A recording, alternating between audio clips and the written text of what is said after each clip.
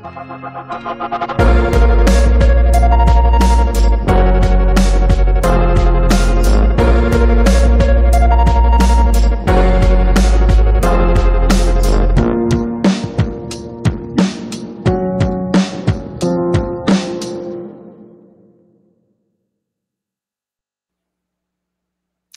right, welcome to Blackbird episode number 91. My name is James, and today I'm joined once again by Mark Changizi. You'll remember him. We talked about it a year or so ago, and I don't remember the episode number, so I'll put it in the show notes for those who are curious. I don't have a whole lot of announcements today, although I guess I am streaming on Facebook and Twitch for the first time. So welcome, Facebook and Twitch watchers, if you're there. And with that, let me bring Mark back into the show. Mark, welcome. Thanks for joining me. Great to be here. So I wanted to talk to you about a couple of specific topics, but you know, as this show goes, we'll probably veer off into a lot of different topics. Before we do anything, though, why don't you kind of reintroduce yourself to the audience, since it has been a while since you were here the last time? Yeah.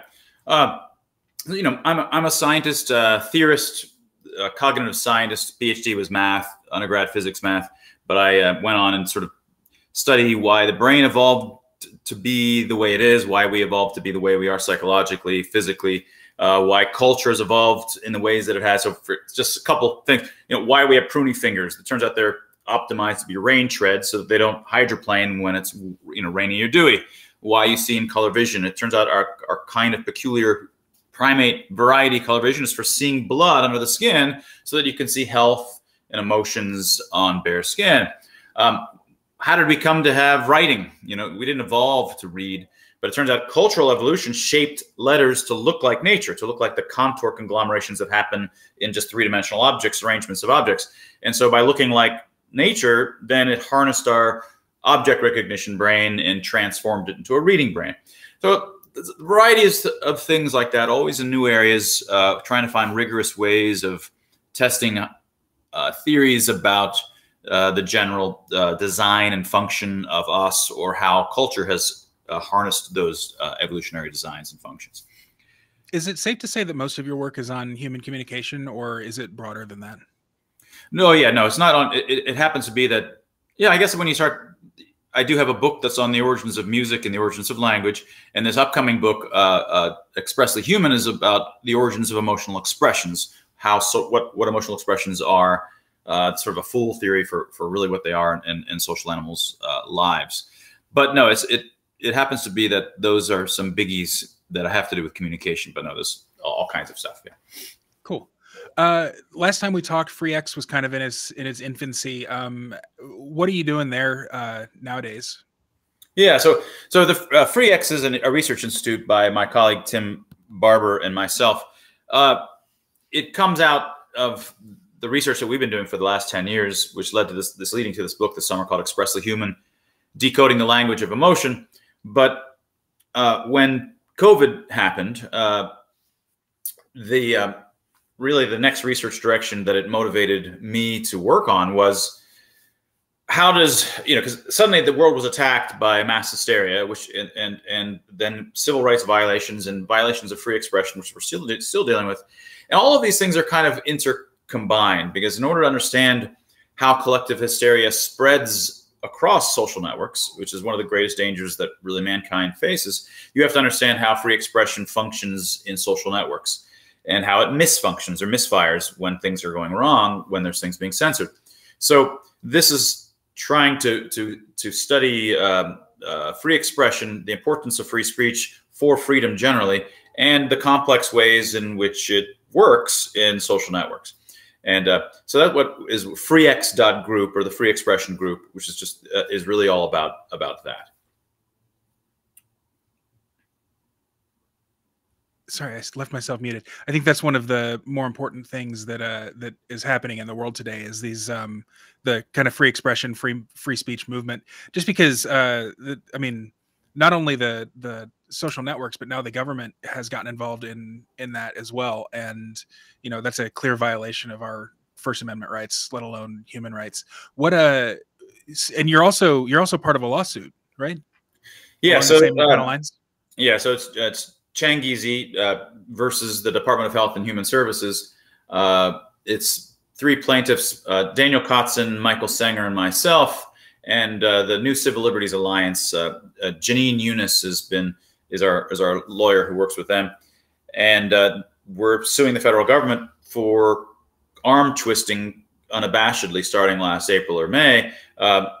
This is when, I don't know if you recall, Psaki came out on TV saying that we're working with big tech social media. We're flagging which posts they should have censored, which people should be censored. And anybody who's censored in one big tech social media company should be censored in all of them, obviously, she announces. And then in the same sentence, she followed up with, and we're also actively looking at antitrust, monopoly regulations that can be placed on these things. So these are explicit threats. And the culture of the left, unfortunately, in the United States has moved to be unabashedly believing that censorship is the good and right thing to do, that there's misinformation and disinformation, and anybody who believes that misinformation should be allowed is fascist. I mean, they actually think that these are signs of authoritarianism, that you would be supportive of free expression. And this is being parroted all over the world. In Canada, it was being parroted by their prime minister. The same kind of attitude has suddenly somehow infected the left, that free expression is a sign of fascism. And of course, that's just not even a thing. That doesn't even make sense.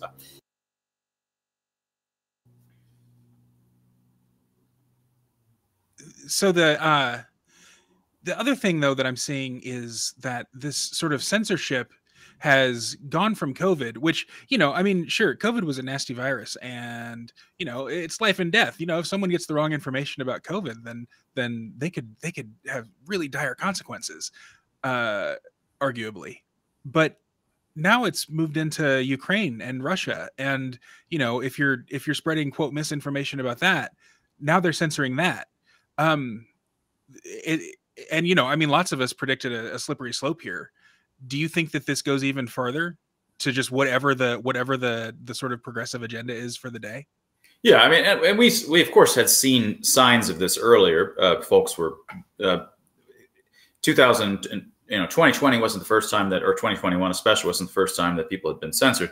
If you say the wrong thing about trans swimmers, you could easily be taken off of Twitter as well. But it certainly became disproportionately worse after COVID, and it seemed to have really spiked after the Biden administration decided that, yeah, we really have to crack down on all censorship, and we have to do so much. Social media needs to do a much better job at whatever their existing level of censorship wasn't enough, and they need to ramp it up. And so our lawsuit was really. We're suing, and we this is a First Amendment violation. When the government tries to use private companies as a proxy for their censorship, that's a violation of the First Amendment. And really, that we had our first appearance was on Thursday. Daniel Kotzen and myself were on the witness stand, cross-examined by the federal government's lawyer, and our case. Really, for the preliminary injunction was to stop the request for information that the Surgeon General has put in a couple months ago, asking social media of all kinds, even Telegram and all of these other ones, have to provide the government. Don't have to, but they are a request for information to provide the government the names of all the misinformants on social media. This exactly sounds like just give us an enemies list. So this was the nature of the preliminary injunction. We're still waiting on the judge's decision about whether or not he's going to make maybe try to stop this request for information from the federal government, which is due on May 9th. So there is some urgency to this. Do you know if your co-plaintiffs' names were on the naughty list from the government? We have a Freedom of Information request. We don't have that information back, though. Okay. Oh man, I remember when they came out with that sort of just matter of fact announcement that we're going to be working with social media companies to censor people. I couldn't believe that they were so blatant about it.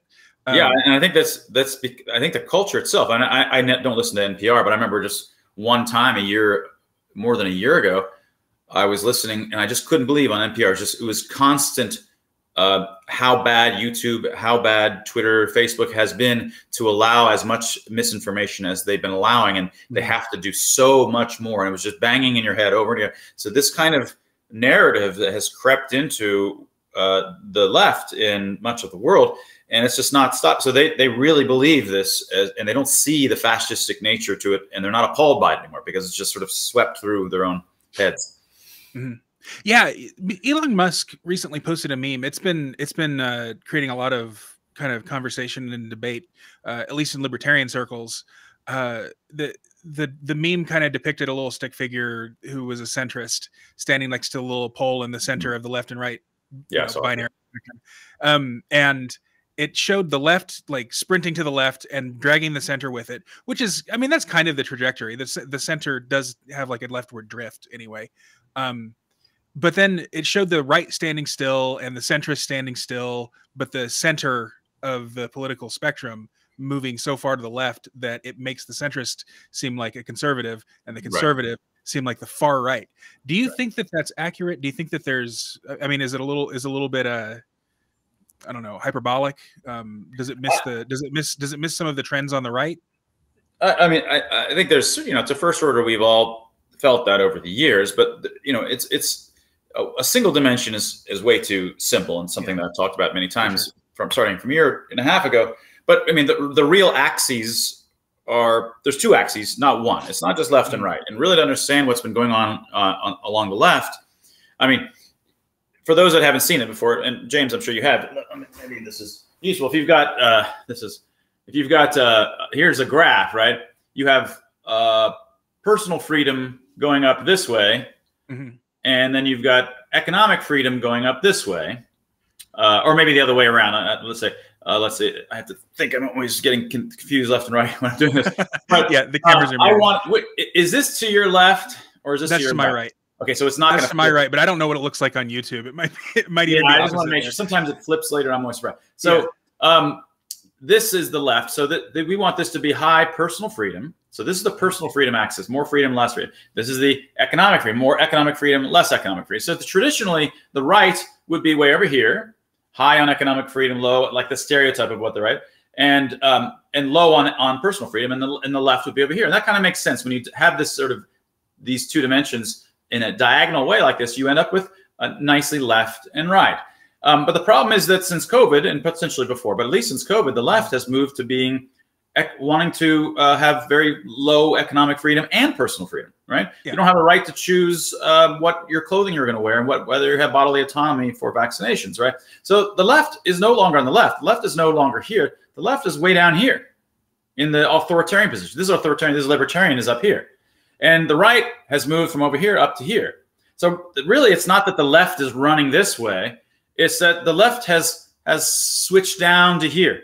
Yeah. And the right has switched up to here. The entire argument right now is libertarian, that is freedom on both economic and personal realms, versus the left, who's now not left at all, but down here, which is authoritarian on both realms. So that's, I think, a much more helpful way to see what's happening. It's a much more it's not just a stretching. No, it's complete 90-degree shift of where the debate traditionally was.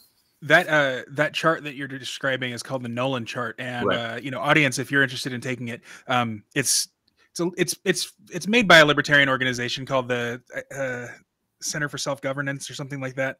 But if you want to take the quiz, it's called the World's Smallest Political Quiz. It's like 6 questions. It'll plot you on the chart. It's not, I mean, it's from a libertarian perspective, but the chart itself is fantastic. I think it's even better than the 4 quadrants that is sort of the I don't know, the meme chart that's used anyway. All right, so the real reason that I asked you to be on the show was because of this article that you published in Forbes. You said that, now that we've mapped the genome, let's map the teleome. Am I saying that right? Yeah. Okay. So why don't you first of all just kind of lecture us on what the teleome is? Yeah, so the problem in biology is that, and actually I don't know how there's a long history, but even biology has gotten infused with politics and leftism, and it's been going on since the 80s. For those that wanted to understand biology the way that it was understood in the early 20th century, you want to understand biology, you can't just look at the genes. You can't just look at the low-level mechanisms for how the billiards balls all bounce together. Because in order to understand any machine that's been designed, you have to understand what it's for. You have to understand why it's that way. What is it for as an engineered device? Now, the problem is that a lot of people used to be happy to talk about the design or what it's for when it was about very kind of non-brainy kinds of things. So maybe some people would be less offended if it was about pruny fingers being for rain treads. People were, and it turns out even the biological community, when I published that paper 10 years ago, people are all out in arms. They're like, no, you can't talk about things, what they're for. That's just a just so story.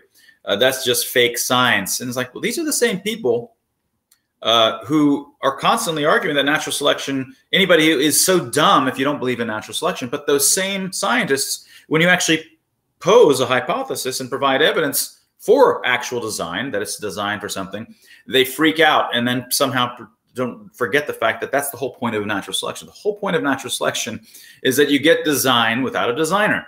But somehow that whole community has come to believe that there's no design at all. No, that wasn't the point. The point of natural selection, the reason that Darwin is a genius, and it's one of the biggest discoveries ever, if not the biggest discovery ever, is that it explains all the massive, astronomical piles of design all around us, and it never needed to hypothesize a God or some kind of central community to do it. It's done in a decentralized manner, and it happens all by itself through natural selection. And if they get freaked out for pruny rain treads, which are kind of very physical-y kind of stuff, then they get 1,000 times more freaked out if you talk about it for anything that's psychological or mental or anything like this. And so they would attack sociobiology. E.O. Wilson was attacked, even though he was very far left, but he was attacked as being a racist, homophobe, or something, just because he put forth the idea that, yeah, we're born with certain kinds of instincts. We have certain kinds of mechanisms in our brains. We're not blank slates. This is what Steven Pinker's book, Blank Slate, is about. It's both about the arguments that, no, we're not blank slates. We come into the world piled high with thousands and thousands and millions of instincts, and that's what makes us smart. Being a general learning machine isn't smart. And he also, half the book is describing how the left attacks everybody who makes those kinds of arguments, because the idea of the left was every child is infinitely shapeable into any kind of person, any kind of thing, which is more of the sort of communist ideal, which is in fact not the case at all. Humans aren't unlike all of the other animals. We are piles of instincts just as are they. So that's the teleome, and there's a lot of different ways from going from there, but the teleome was pointing out that, look, it's not enough to understand the genome, which is this bottom level instructions from the genes to understand how an animal is made. And then there's something called the phenome, which is sort of the description of all the things that the animals might do, like at the phenotype level. But still, neither of those concern the design, what they're designed for. And teleology is the word that we use for design. Like that's the word that describes design. It's sort of a bad word. And it's not a bad word. That is, it's treated as if it's a bad word, but it's not a bad word. It's crucial for understanding any engineered object. And this just happens to be engineered by natural selection. The teleome then would be a list of all of the kinds of designed features that are just like when you buy some kind of thing, you would read through the book and says, okay, this is the button that enables it to, now allows your new machine that you've just purchased to do this and to do that. Packaging it up all about what it's for. And if you can't understand anything unless you have the what it's fors. And so I was trying to just be very explicit and that people just have to stop being embarrassed about talking about design, because we can't make any progress in neuroscience or biology without it. But it's become a political issue somehow in that field. That reminds me a lot of the postmodernists, actually. They were kind of a reaction to the nuclear bomb. The criticism, of course, was that science was so focused on, can we do this? It didn't focus on why should we do this, or should we do this? Not even a why. Why do you think science has, over the last century or so, become such like an amoral, non-purpose driven thing? Why do they focus on the what it does rather than the how it works or why it exists? Yeah, I mean, as it turns out, leftism in politics seems to have bled into it, starting in the late 70s and 80s, and then evolutionary psychology was then attacked, and now anybody often who's focusing on design questions is attacked. And as far as I can tell, it seems to just emanate from this idea that if you're positing that we have design in us when we're born, then you're inherently somehow saying that people cannot overcome certain kinds of things, and that makes you inherently old-fashioned conservative to even do that. And so I don't have a deep theory about the roots of why exactly that happened, but it seems to be having just a political origins in the late 70s, as far as I can tell, coming from far left thought. So is it sort of the flattening of hierarchies and just the obsession with equality at any cost? And so if we focus on like why this entity exists, it might come about that some of this entity are better at it than others, creating hierarchies. And if humans are just animals, then there might be some better humans than others as well. Yeah, I think ultimately it's something along those lines. As soon as you start positing that there's innate differences between, there's variability amongst humans, because there's variability. I mean, it doesn't really even make any sense, because even if you were general purpose learning machines and we're all infinitely blank slates, if that was the case, it doesn't mean that every blank slate is equivalent. There's lots of blank slates that could learn things much quicker than other blank slates. That is, if you're dealing in a computational way and modeling different kinds of highly universal learning systems, which there isn't even such a thing. But you can imagine some learning systems which are flatter priors. Let's say prior probabilities are all flatter in some massive multidimensional space, versus some others which are much more spiky and like they're really able to quickly learn. Even so, you can imagine some kind of mechanisms where they could be equally flat in terms of, but just some are really much better than others. So it's not like you're getting rid of all possible variability from across animals just because you're rejecting it. But nevertheless, that is the intuition. People believe that as soon as you start attributing innate differences, then you're opening yourself up to all kinds of the worst kinds of racism, sexism, etc. Yeah, that seems a lot. It seems kind of command and control. Like they're worried that this is going to happen if people are left to their own devices. Well, yeah, it's like worried. Like if Musk dares let people say what the people want in the public square, all kinds of awful things will happen. Can you imagine living in a world where people can be on Twitter and saying whatever they want? And they're just pulling their hair out. Like this is happening right now in real time. People saying that. Yeah. Okay, so do you think that humans, like the entity human, has a purpose, or is that a strictly individual thing that has to be worked out by the individual? You mean when you say the entity human, is there some, as a species, as individuals of that species, like a telos of the person? Of the person. Yeah, I think that would have to be an individual. Certainly, when I'm talking about the teleome or the set of, these are the things that we have evolved to be piles of these engineered toolkits, just filling our bodies. Our brains are just speckled with them. All of our bodies are filled with these. None of those design what fors or maybe anything that any of us want our lives to be about. That's our lives are about much more complex things that we want to have done, and have nothing to do with those. We just take those things for granted as our biological teleome, but we don't really consider that something. So as for what an individual person's teleome would be, it's just going to have to be vary from person to person. I find a lot of folks sometimes don't have a teleome at all. They don't have a purpose to life. It's not their personality type to have one.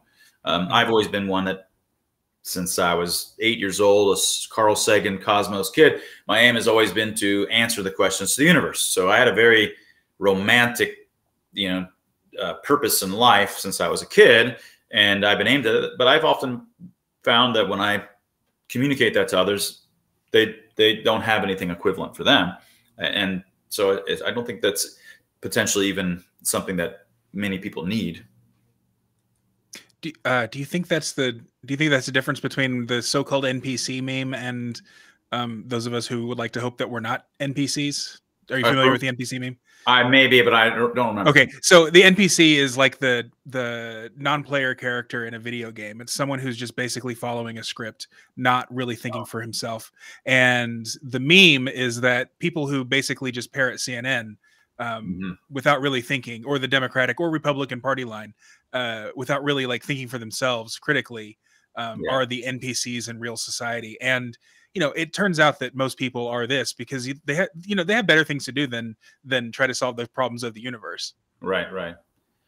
Yeah, I don't know. I can certainly see how those are more likely to be passive sheep, you might call them. But I think the ones that are more dangerous are potentially the ones who do have a purpose in life, and their purpose becomes deeply politically, it's some kind of righteous moral aim to whatever it might be, and whatever the thing at the moment is, and it switches from canceling the unvaccinated to canceling Russians the next week, but their purpose is wrapped up in wherever the swaying winds are, as opposed, so they're active sheep, herders of sheep, rather than just.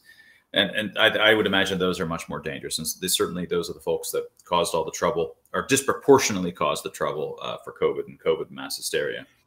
Yeah, it's like so it's that the groupings that I can't remember the psychologist's name who came up with the idea that we were sort of being mass programmed.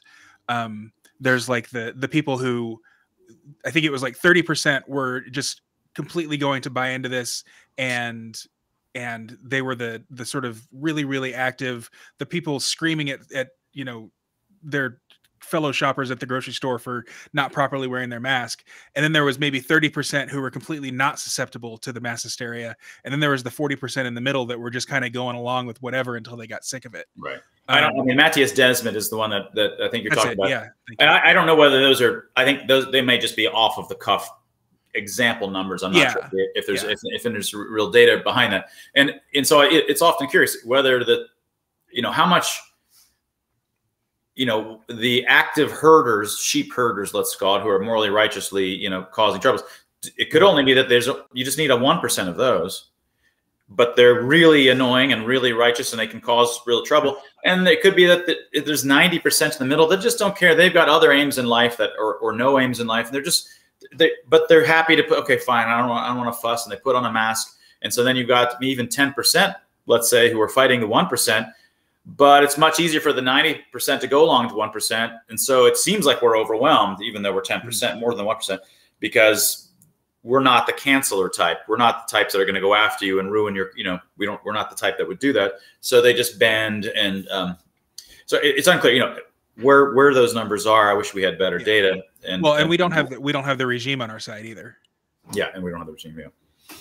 Yeah. So speaking of COVID, I guess, and hopefully we'll be able to stop talking about it soon, but or at least as soon as your book has sold 1 trillion copies and we're ready to move on to the next thing. You've done a lot of work on masks, a lot of commentary and theorizing and things like that.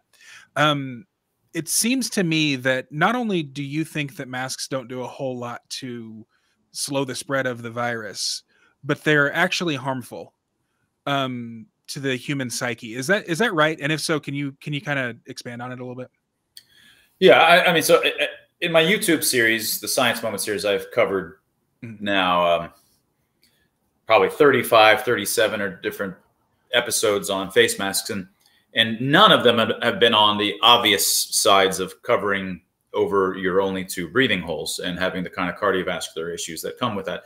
Because I'm trying to focus on in my series on stuff that no one else is saying. There's plenty of stuff that's sort of you're covering your only breathing holes is obvious in some sense.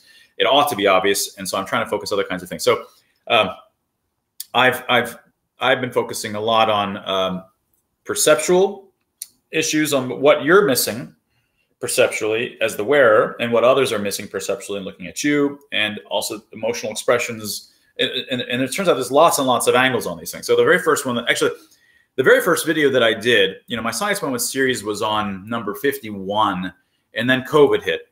And before COVID hit, I was just talking about kind of just things related to my research. It was just research, science stuff related to my ideas. And then COVID hit, and I just stopped my series. I said, I can't just continue talking about the same old stuff, same old way. It's like some artist who continues doing the same kind of art after World War II hit. It would just be bizarre. Now, these world-changing events like that just felt odd to talk about the same old stuff that you were talking about. So after 5 or 6 months, I realized that no,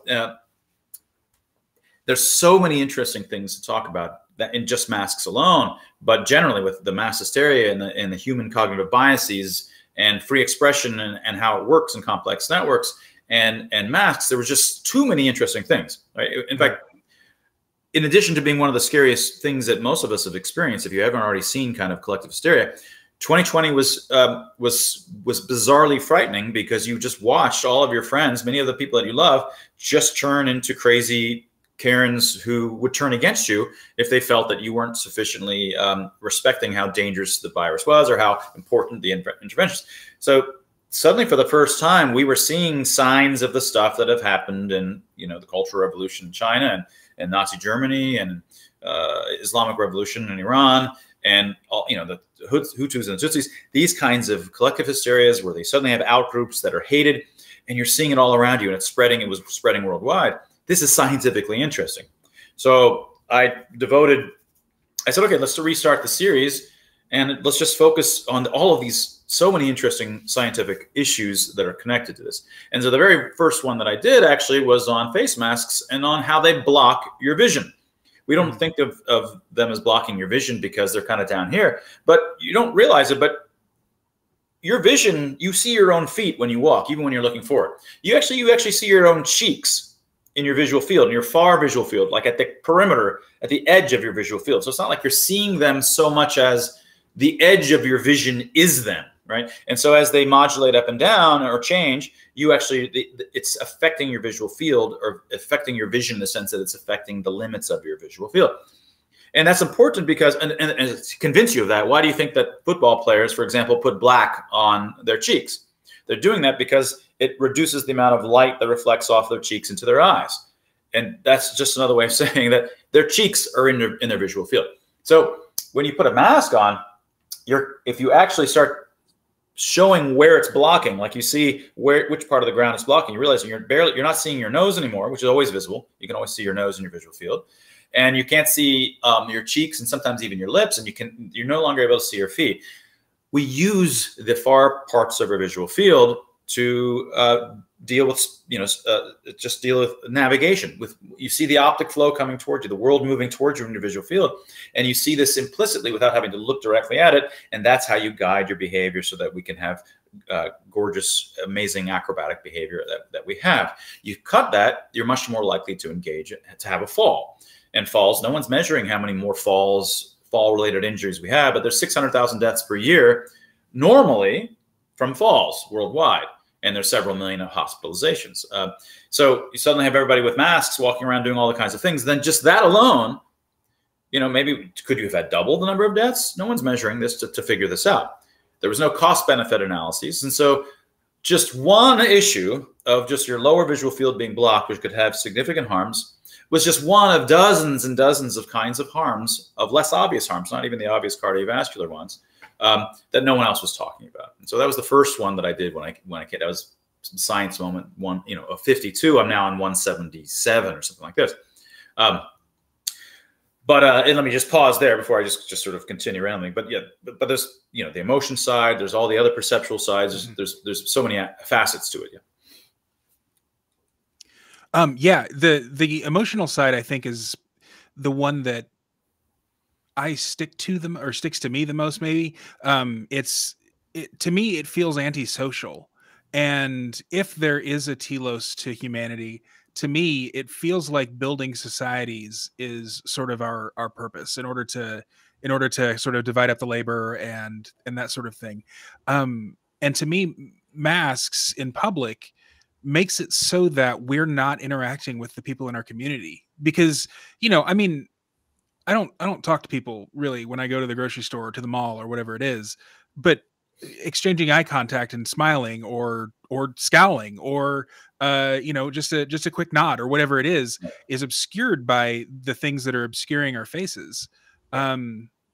And yeah, so I guess also, how does your Expressly Human book and thesis relate to this? Right. Yeah. So I mean, the next book coming out in July, called Expressly Human, with Dr. Tim Barber and I, and working on it for 10 years.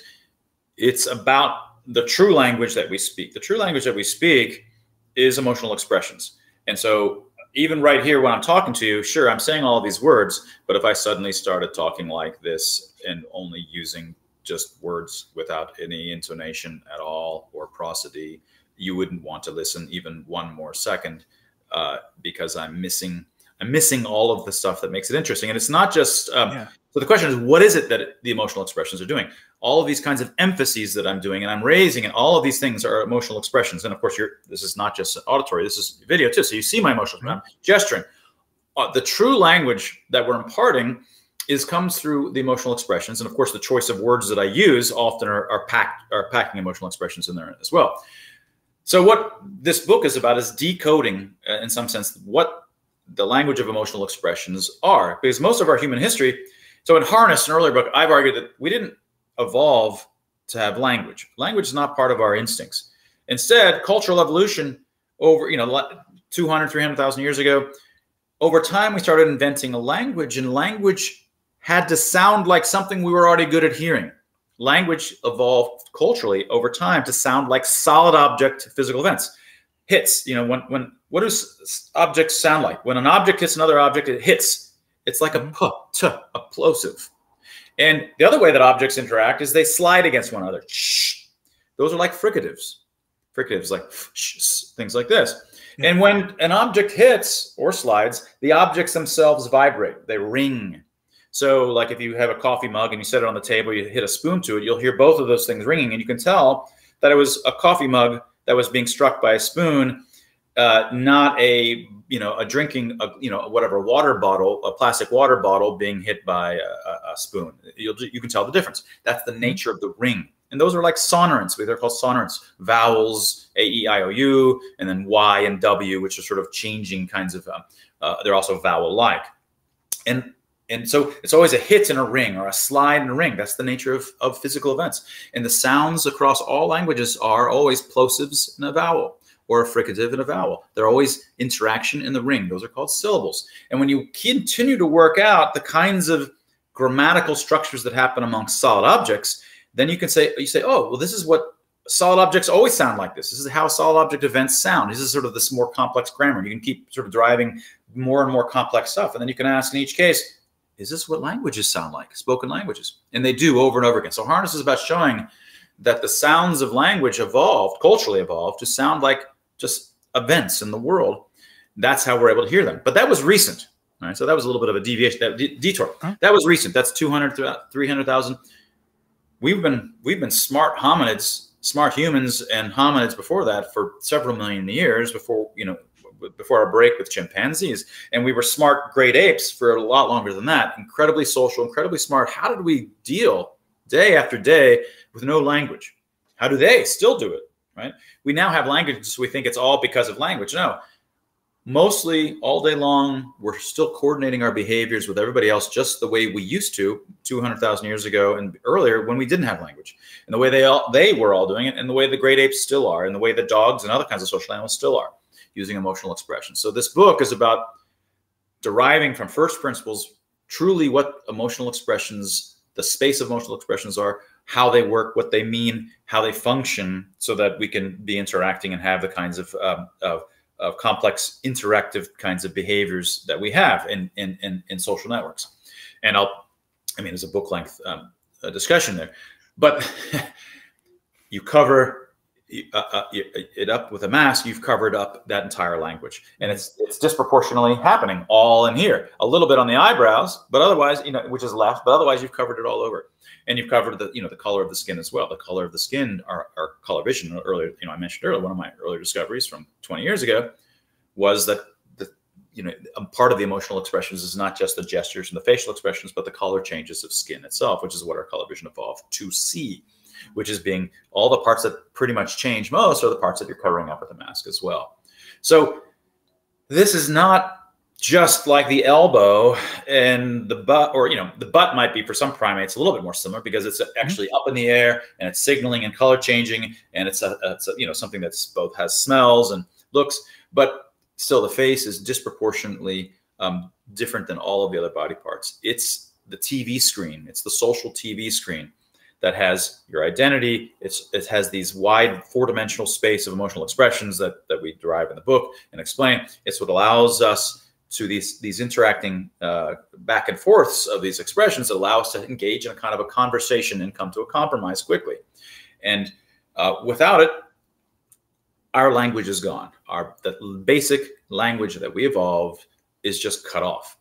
And it blows my mind that people would just say, well, you're just covering your face. Like, how can you even say that sentence and put just in front of it, right? It is a human effing face.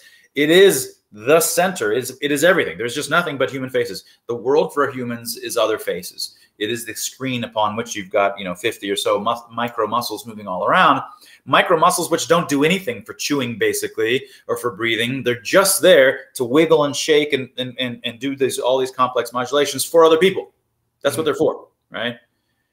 And all of your another part of this is certainly the emotional expressive side. But the other part of this is that where are all of your sensing devices? Where are they?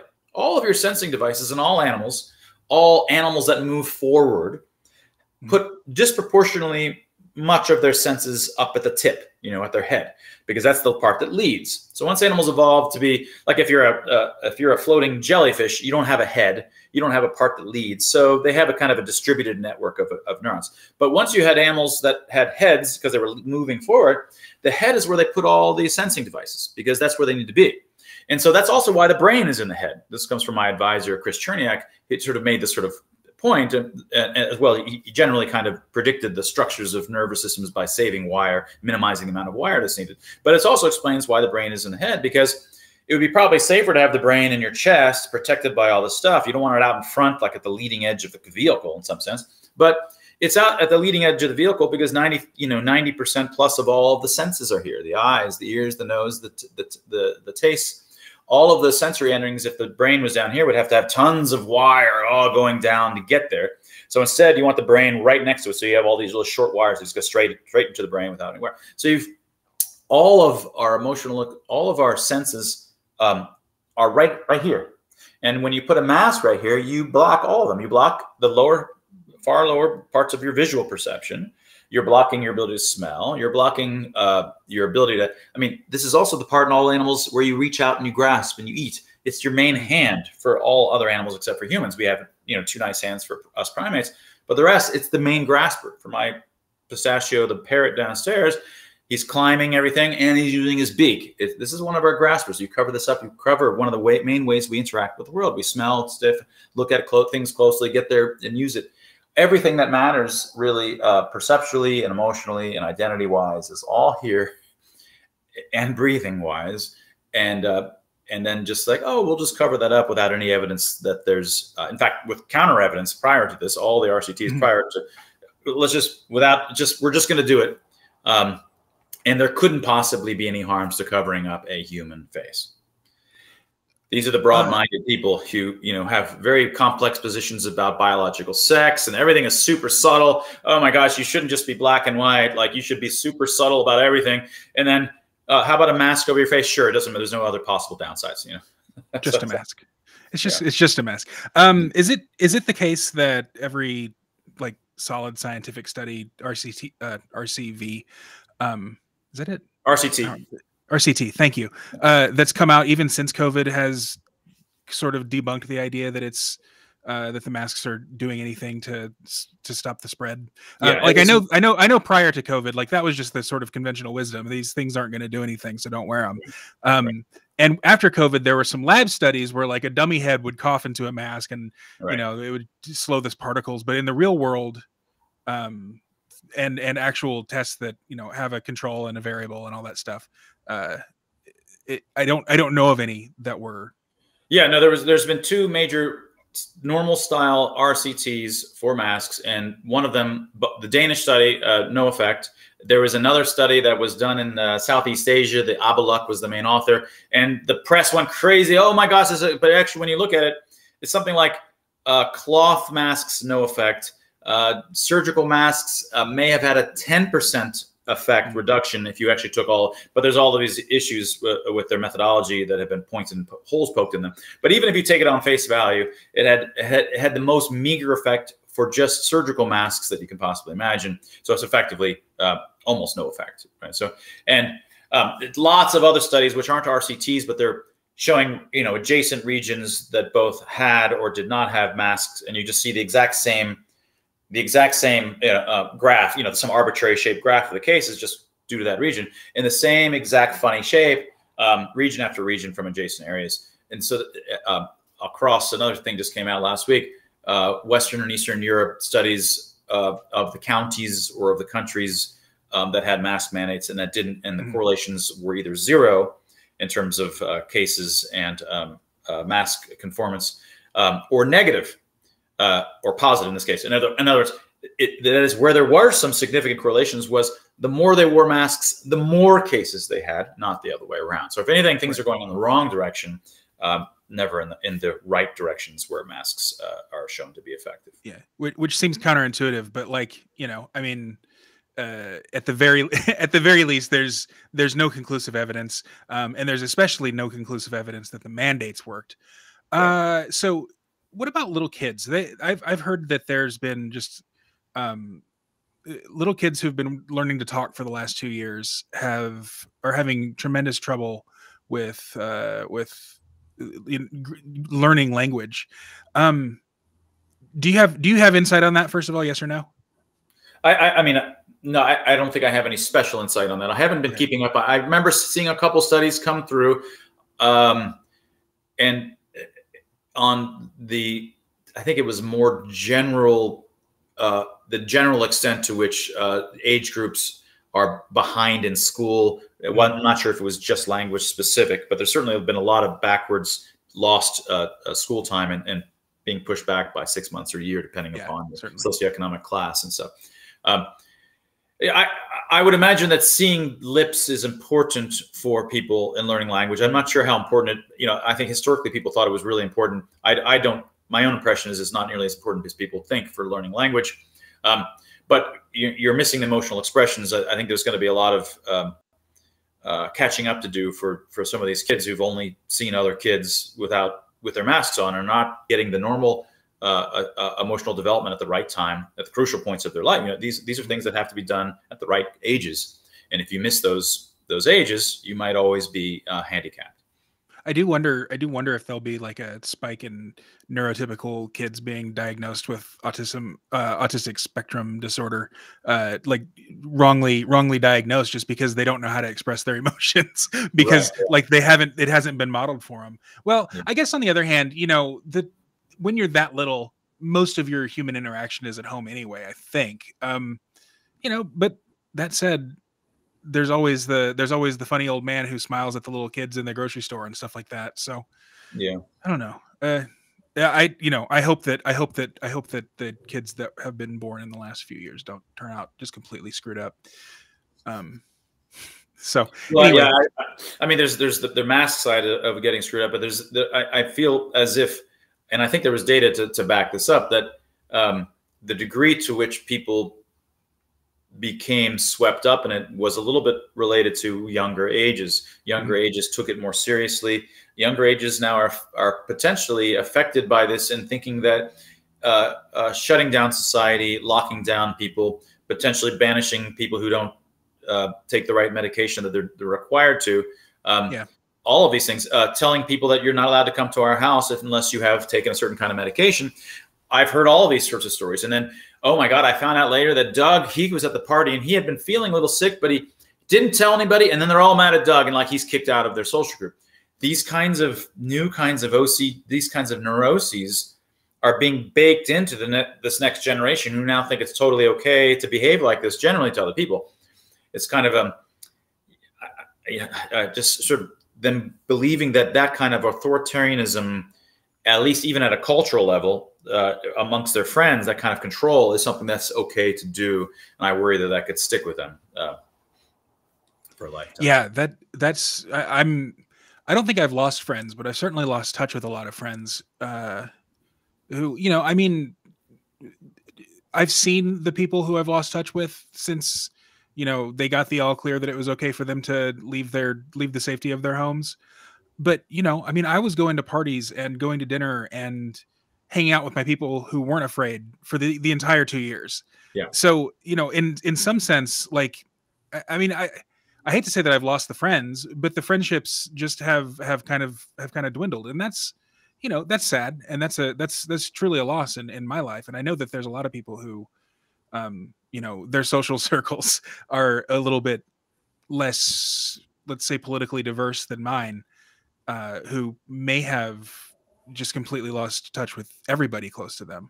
And you know, I know that the mental health crisis is not helped by any of this.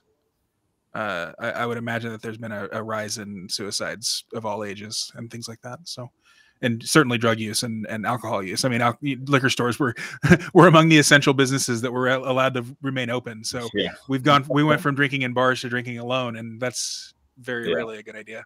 Right. Here in Minnesota, our governor's sign language interpreter, who it's kind of a cool thing, like rather than having a hearing person interpret the sign language, they'll have a hearing person sitting on the front row of the governor's address, signing to the deaf person who's the actual on-camera interpreter. And that person in Minnesota gained some national attention because of the expression that she with which she signed. You know, she makes she puffs out her cheeks and she kind of dances. It's a really fascinating thing to watch. It was the best part of the governor's press conferences all through COVID, at the very least. You have recently done some videos on deaf people and why they're so expressive when they talk. Can you expand on that a little bit? Yeah, it only occurred to me in watching that. What was that movie that won the awards, Academy Award of some kind this year? Anyway, it's a deaf community movie, and it's great. You should see it.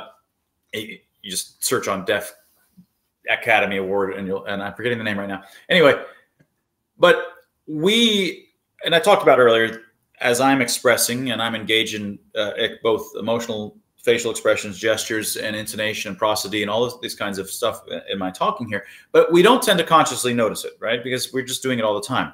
We don't see those as emotional expressions. We just see that as talking, and you have to point it out and say, well, oh, I guess that really is emotionally expressing. But we don't feel how much our language is soaking wet with emotions.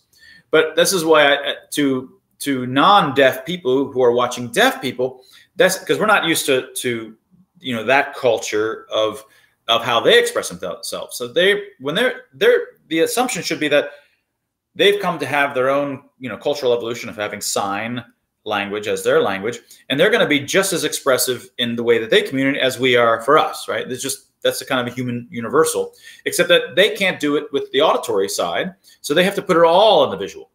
So the nice thing about it is that if you're not deaf and you're not familiar with that community and you look at them for the first time, you're like, holy crap, look how much emotion they're putting into it.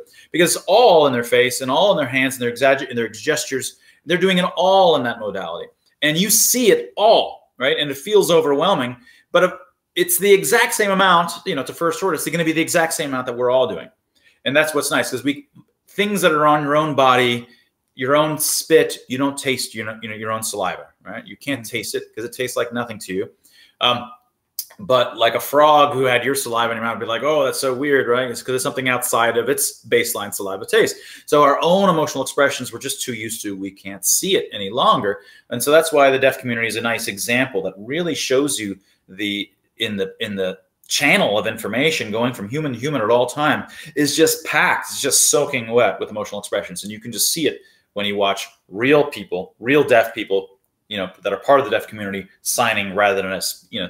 That's why it was nice what you're describing, because I presume the person that is hearing does sign language as well as he or she does because they have parents or they chose to do it in college or something like this, but they may not truly be steeped in the way that our actual deaf person would be and putting as much emotion as they would in the community. So that's sort of it. That's an interesting case. So that was one video that I talked about. This is just a nice way to illustrate to us how emotional expressive we are, because we're blind to it and you see it in them very easily. Coda was the name of the movie. I looked it up while you were talking. I hadn't heard of it, but I'll make sure to put a link to it if it's out on DVD or whatever. Yeah. Or DVD is still a thing even. Well, and this raises, by the way, the second, and I think you hinted, the second video I did on the deaf was, there's two sides of it that are sort of obvious for masks. You're covering your lips, so the people that there's three sort of obvious things about it. Many of the people who are deaf are just hard of hearing, right? So there's probably 10% of the population is just hard of hearing or deaf, whereas the actually deaf might be only 1%. I don't know the actual numbers, but there's possibly 10% that are significantly have troubles in hearing. And so you cover these things up, you're muffling it, and you're making it much harder for the hard of hearing community who otherwise could hear you. And then amongst those, of course, they're relying on your lips to lip read, and they're relying on your facial expressions to give context, which is all being covered over. So it makes it much harder for the deaf to get by. But it's even worse than that, in the sense, and the focus of this Science Moment video was to point out something a little bit more subtle, is just to see how dead the universe has become for the deaf. Because for us, emotional expressions in our connection to others comes about visually, on the face and the gestures, but also auditory. So as we've been talking, so if you're in a restaurant or if you're out there in the public and they're all wearing masks, let's say, you're still hearing voices, you're hearing the intonation of their voices. So you're hearing the emotional sounds around you washing over you. But if you're deaf, everything that you get from the other people around you, all of the emotional live vitality that comes being in a human group is from the faces. That's what's fun about being at a restaurant or a bar. You just hear the hum of life around you. There's the hum of life. You don't want to hear the one guy on a phone talking loudly. You want to hear the hum of many people talking. You feel the expressiveness, just the live vitality. But the deaf don't get that. They get that only by seeing the faces around them. As they scan the room, they see all of this life and vitality coming out of those faces. So they're missing all of that hum, and the hum where they would usually get it is also gone. So they're just in a I don't know, it sounds to me, it feels like a nightmare situation. It would be more like us being at a social gathering where you've got earplugs in, and you can't even see their mouths move, and their facial discovery. There's just nothing. You're just literally in a waste, in a social wasteland. And that's what the deaf community has had to deal with for the last 2 years when masks were around. I'd be curious if there's any commentary coming out of the deaf community on it. That's really interesting. That's really interesting to imagine. Just kind of, I mean, it almost feels scary. Like it feels like a psychological thriller or something like that. Yeah, like there's a TV show that's always, I never have seen it, but it always talks about the kind of crazy, off the wall, dystopian kind of psychological weird stuff. Yeah, Black Mirror. Black Mirror. Yeah. Show. Yep. Let's go back real quick to written languages. This is really not related to anything we've talked about, except that you were talking about how the letters kind of look like the real world things. Do you have any idea why so many languages, like the Semitic languages particularly, do not include like actual characters for vowels? It's typically like a tittle or like a little punctuation mark almost above the consonants, and often only that in very formal writing, and that's often just not needed by context. The vowels are often known. I don't really have a good, there's abugidas, there's alphabets like ours where we've got both plosives and fricatives and vowels, and then you've got abugidas, if I'm pronouncing, they're just consonants basically, and there's sometimes little diacritical marks for the vowels, but often in writing people don't ever even put them. And then there's syllabaries where each symbol just is a whole syllable, or something like ba, or k, like not just the letter k, but k, like so you're combining them. So the entire words will be shorter because And of course, then you've got logographs like Chinese, where each symbol stands for an entire word level aspect. So as to why some languages went one of those routes versus the others, I don't actually have really any insights. Certainly as they become, one of the things that I have looked at is that as the complexity of a letter goes, so some writing systems have more letters than others. Syllabaries will typically have more because they've got all of these different combinations of syllables. Then they need a different character for each of them. So they might have, I don't know, 100 or more different kinds of symbols that they have in their writing system. Whereas ours only has 26 and some only have 18 for some of these ones that don't even barely have vowels. But what you find is that across these different kinds of alphabetic kinds of systems, not counting logographs, which is where they're like Chinese, but the bigger, when you want to come up with more symbols in your writing system, there's two ways that you could do it. You could imagine that I have, let's say, I can draw little strokes. I can do a stroke that's like this. I can do, let's say, a curvy stroke or different kinds of stroke types. And I could, let's say, have always every letter just has, let's say, 2 strokes. And I just start, and then as it gets bigger, I say, okay, now I've got so many, I've got 57 characters I need. I'm going to have 3 strokes now. And I'm going to have some with 4 strokes and some with 5 strokes, so that you're making bigger and bigger, more complex looking characters.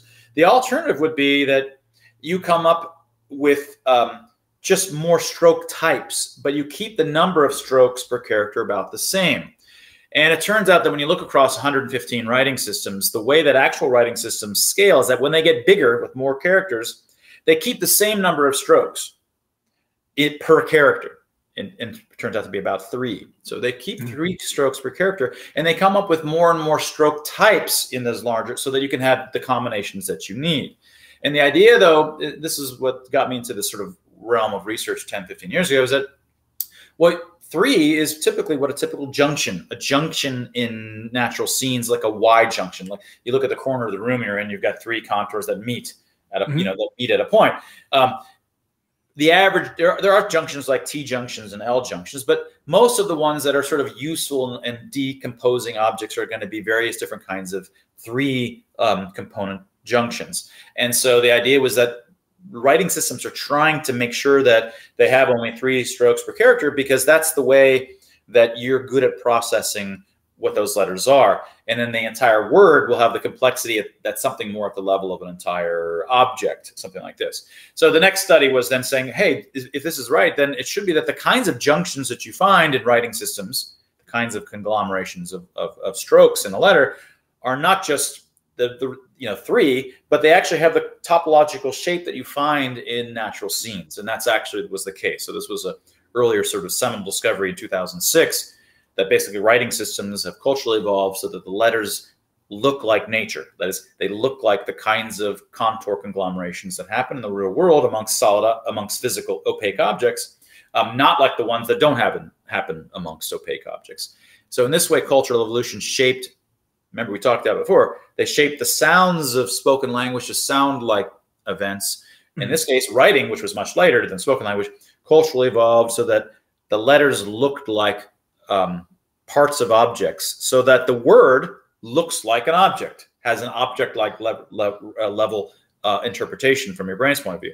So that way, when you see it, the earliest V1 parts of your visual area is dealing with just individual sort of contours, which is what it's good at, in the case individual strokes. And then the later, a couple levels higher, it's dealing with the junctions, which is letters.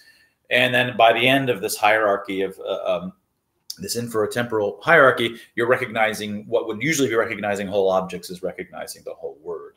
So it's harnessing, this is the book Harnessed, cultural evolution figured out how to harness our object recognition system and use it instead as a reading system. But to do that, it had to make writing look like nature. That was its trick. Yeah. So it's not a coincidence that tree starts with T, and the sound that a tree makes is kind of when it blows in the wind.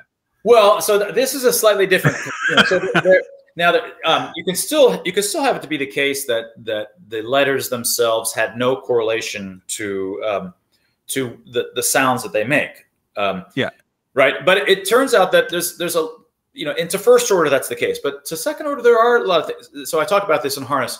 Lots of the sounds, lots of the ways that we use sound often, like, for example, b and p. B and p are the same sound to first order, but b is a bouncy sounding. It's bouncy sounding in terms of it. When the collision happens, the collision sound, it immediately follows by the ringing, which is like this regular sine wave kind of sound after the b. Whereas a p, there's a slight gap after you make the collision sound. It turns out there's a slight gap in time. If you actually look at the sound over time, there's a little gap, and then the ringing happens. Now that sounds like a really weird thing, and you don't consciously hear that gap, but you hear it just in the difference between the way that a b and a p, or a d and a t, same kind of thing. And the difference happens in the real world because that difference in whether there's the size of that little temporal gap that makes it sound like a b versus a p with that gap is a very natural ecological thing. It's just namely the bounciness of the thing versus the, so if you've got a full basketball, you bounce it, it hits the ground, and then it comes very quickly off of the ground and starts its vibrating. But if it's a flat basketball, like you've all played with, like, oh, this is a crappy basketball, but we don't have a pump, so we're going to play with it anyway. And it hits, but it spends more time on the ground, and when it takes longer for it. So it's a bigger, between the sound of the hit, it takes longer before the thing starts to do its ringing. Once it leaves the ground, it's sort of free to now ring in its normal vibrating way. And you hear that difference. That's the same difference between b and p. And in fact, so b and d are inherently bouncy sounding sounds, versus p and k and t are more breaky, crackly kinds of sounds. And so there's the standard story, like where I can't remember who first published it, but they say one of these makes the sound of b and the other one makes the sound of p. And then they just show you two pictures. One is very jaggedy kind of thing like this, and the other one's like a very cloud-looking, kind of cloudy looking thing with very smooth surfaces. And so they ask people, this is 25-year-old experiments, which one is b and which one is p? And people always think that the smooth one is b and the other one is p. And historically, the argument was something about the way that your mouth looks while you're doing it, because I was like, no, that has nothing to do with it. The point is that these very fundamental physical object difference sounds are correlated with how things look. Things that look a certain kind of way, you know what they're going to sound like when they bounce and they make an interaction with some other kinds of things. So there are these cross-modal visual auditory associations, and so we do find that the looks of letters are somewhat predictive of certain kinds of meanings that they're used in certain kinds of words, which have certain kinds of meanings compared to the ones that are more, let's say, like the p ones. So they do occur and they happen, but they're still second order effects, I would say, not first order effects. All right, I like it. Let's see. So I'd like to dig a little bit deeper into the teleome article, if we can, since we've got a little bit of time. What's it going to take to map the teleome, so to speak?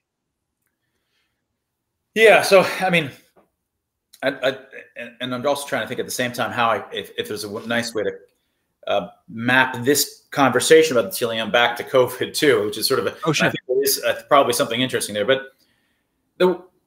there's a community of folks from the early 20th century, scientists called the ethologists, and the ethologists were amongst the first sort of wise biologists, and their attitude was all that I'm really saying when I'm making these points about the teleome. I'm just trying to sort of, they didn't have anything like the genome and the phenome and all these kinds of notions of that the government is going to spend this many gazillion dollars to map out blah, So, but their attitude was like, if you really want to understand an animal, and they were usually looking at the behaviors of creatures, then you can't just bring it into the lab in some artificial environment with, square corners in a white room with lights. Now you have to watch that animal in its actual habitat, and you have to watch it for thousands and thousands of hours to see, if you're interested in the functionality of, let's say, something that's, here in terms of it vibrating and the morphological features here, and it makes some deep sounds that it's using to,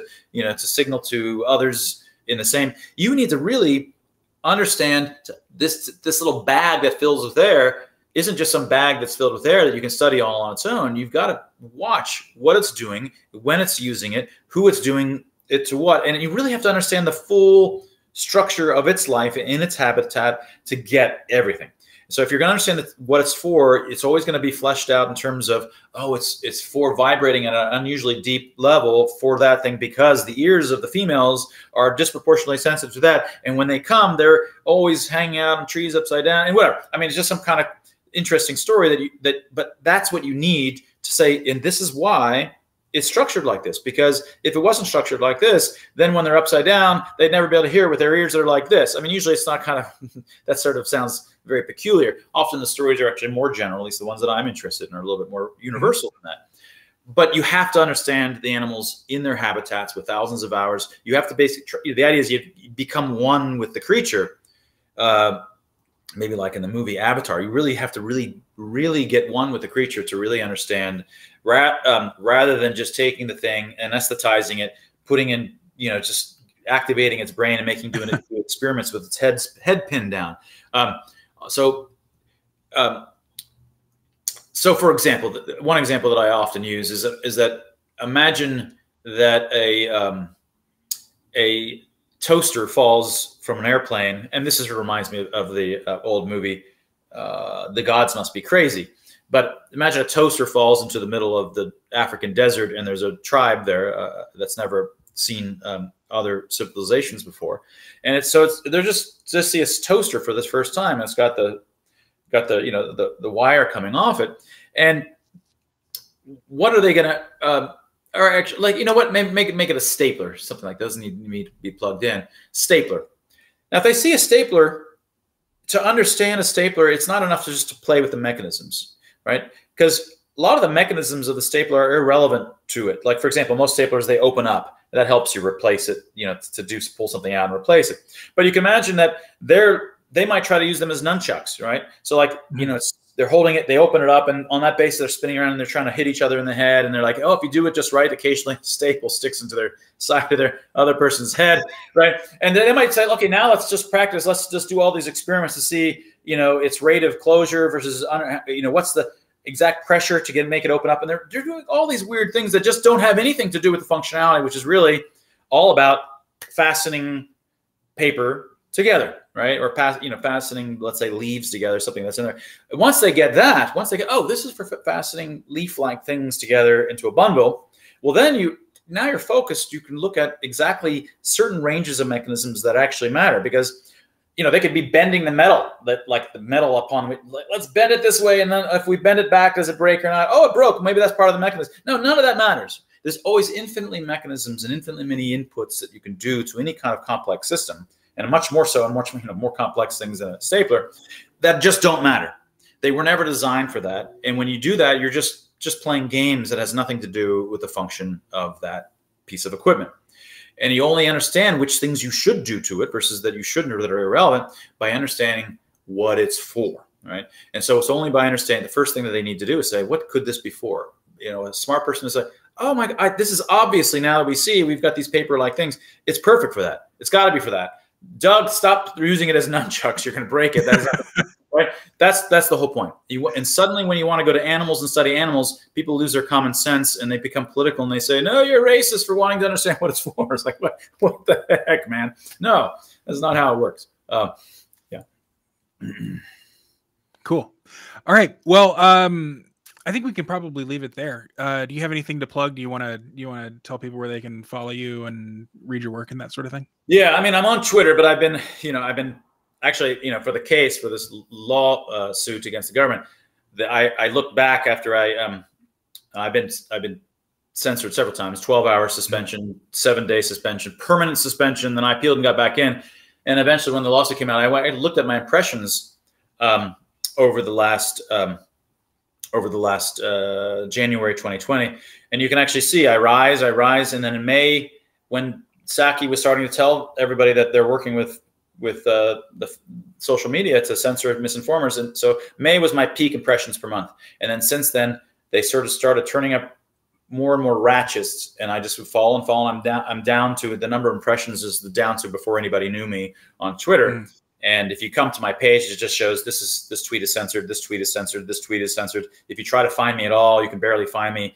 If you type in the last Mark Changizi and you hit I, apparently other backup old accounts come up. And then if you hit see more at the bottom, then I come up and it says, are you sure? Because this is totally dangerous. So I mean, and you can actually just see the exact trail that they've been slowly deboosting me more and more. So you can come find me at Twitter. Hopefully eventually Musk maybe, undeboost me. But I would recommend if I would find me at my YouTube channel, Science Moment channel, Mark Changizi, Changizi. And I've got this new book called Expressly Human coming out this summer. Is in pre-orderable now. I'd love it if people order it now. The more you order, the more it motivates my publisher to not play any games with it. Yeah, they want to see that it's peaked and ready to go out. Cool. Are you still updating your Telegram sort of announcement channel? Yeah. So I've got a Telegram channel, Mark Changizi channel. Okay. Telegram, that's very active. Yeah. Okay, great. I muted it because I don't use Telegram very often, but I remember that it was updated pretty frequently. So I'll link to that as well. Mark, thank you so much. I have already pre-ordered your book. I encourage everybody else to do so as well. It'll be in the show notes, and I will talk to you later. All right. Thank you. Bye-bye.